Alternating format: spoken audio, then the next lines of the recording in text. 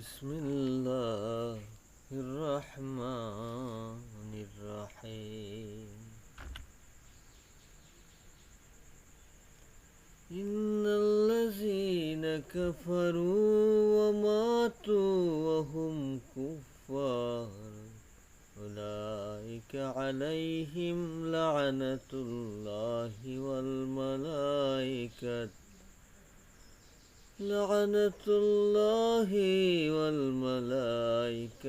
والناس أجمعين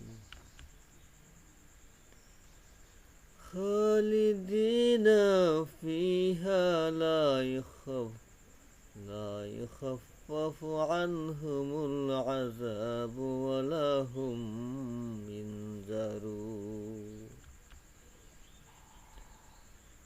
وإلهكم إله واحد لا إله إلا هو الرحمن الرحيم. إن في خلق السماوات والأرض واختلاف الليل والنهار والفلك التي تجري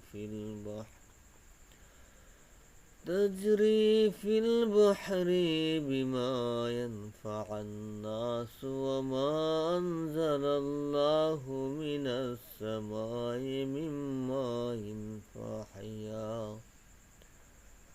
فأحيا به الأرض بعد موتها وبث فيها من كل دابة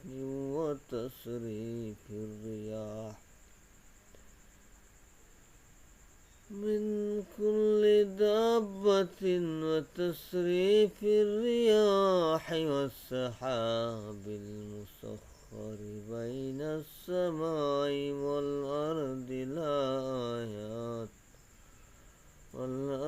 لآيات لقوم يعقلون.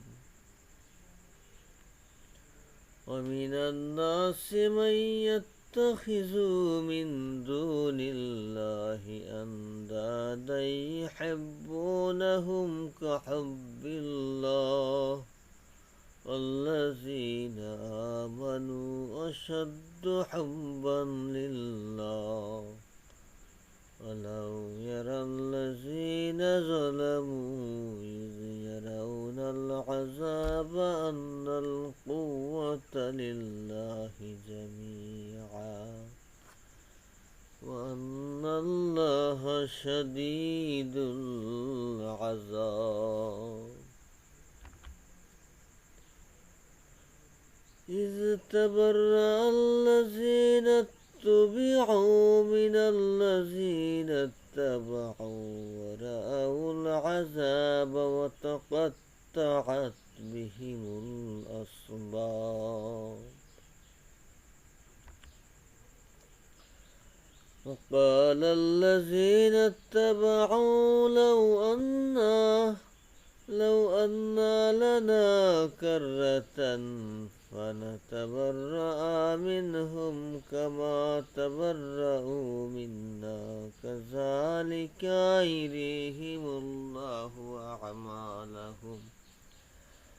أعمالهم حسرة عليهم وما هم بخارجين من النار.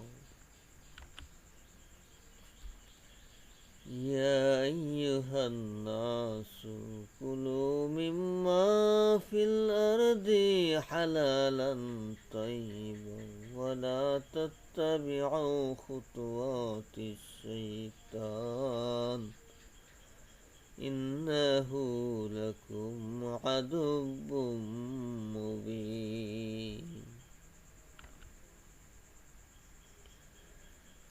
إنما يعمركم بالسوء والفحشاء وأن تقولوا على الله ما لا تعلمون. এরশাদ হচ্ছে নিশ্চয়ই যারা কুফরি করে এবং কাফের অবস্থায় মৃত্যুবরণ করে সে সমস্ত লোকের প্রতি আল্লাহর ফেরেশতাগণের এবং সমস্ত মানুষের লানত। এরা চিরকাল এই লানতের মাঝেই থাকবে। তাদের উপর থেকে আযাব কখনো হালকা করা হবে না, বরং এরা বিরামও পাবে না। আর তোমাদের উপাস্য একমাত্র উপাস্য, তিনি ছাড়া মহা করুণাময় দয়ালু কেউ নেই। নিশ্চয়ই আসমান ও জমিনের সৃষ্টিতে, রাত ও দিনের পরিবর্তনে এবং নদীতে নৌকাসমূহের চলাচলে মানুষের জন্য কল্যাণ রয়েছে। আর আল্লাহ তাআলা আকাশ থেকে যে পানি নাজিল করেছেন তদ্বারা মৃত জমিনকে সজীব করে তুলেছেন এবং তাতে ছড়িয়ে দিয়েছেন সব রকম জীবজন্তু। আর আবহাওয়া পরিবর্তনে এবং মেঘমালার যা তারই হুকুমের অধীনে আসমান ও জমিনের মাঝে বিচরণ করে। নিশ্চয়ই সে সমস্ত বিষয়ের মাঝে নিদর্শন রয়েছে বুদ্ধিমান সম্প্রদায়ের জন্য। আর কোনো লোক এমনও রয়েছে যারা অন্যান্যকে আল্লাহর সমকক্ষ সাব্যস্ত করে এবং তাদের প্রতি তেমনই ভালোবাসা পোষণ করে যেমন আল্লাহর প্রতি ভালোবাসা হয়ে থাকে। কিন্তু যারা আল্লাহর প্রতি ঈমানদার, তাদের ভালোবাসাও ওদের তুলনায় বহুগুণ বেশি। আর কতই না উত্তম হতো যদি এই জালেমরা পার্থিব কোনো আযাব প্রত্যক্ষ করেই উপলব্ধি করে নিত যে যাবতীয় ক্ষমতা শুধু আল্লাহরই জন্য এবং আল্লাহর আযাবই সবচেয়ে কঠিনতর। অনুসৃতরা যখন অনুসরণকারীদের প্রতি অসন্তুষ্ট হয়ে যাবে এবং যখন আযাব প্রত্যক্ষ করবে আর বিচ্ছিন্ন হয়ে যাবে তাদের পারস্পরিক সমস্ত সম্পর্ক, এবং অনুসারীরা বলবে, কতই না ভালো হতো যদি আমাদিগকে পৃথিবীতে ফিরে যাবার সুযোগ দেওয়া হতো, তাহলে আমরাও তাদের প্রতি তেমনই অসন্তুষ্ট হয়ে যেতাম যেমন তারা অসন্তুষ্ট হয়েছে আমাদের প্রতি। এভাবেই আল্লাহ তাআলা তাদেরকে দেখাবেন তাদের কৃতকর্ম তাদেরকে অনুতপ্ত করার জন্য, অথচ তারা কশ্চিনকালেও আগুন থেকে বের হতে পারবে না। হে মানব মণ্ডলী, পৃথিবীর হালাল ও পবিত্র বস্তু সামগ্রী ভক্ষণ করো, আর শয়তানের পদাঙ্ক অনুসরণ করো না। সে নিঃসন্দেহে তোমাদের প্রকাশ্য শত্রু।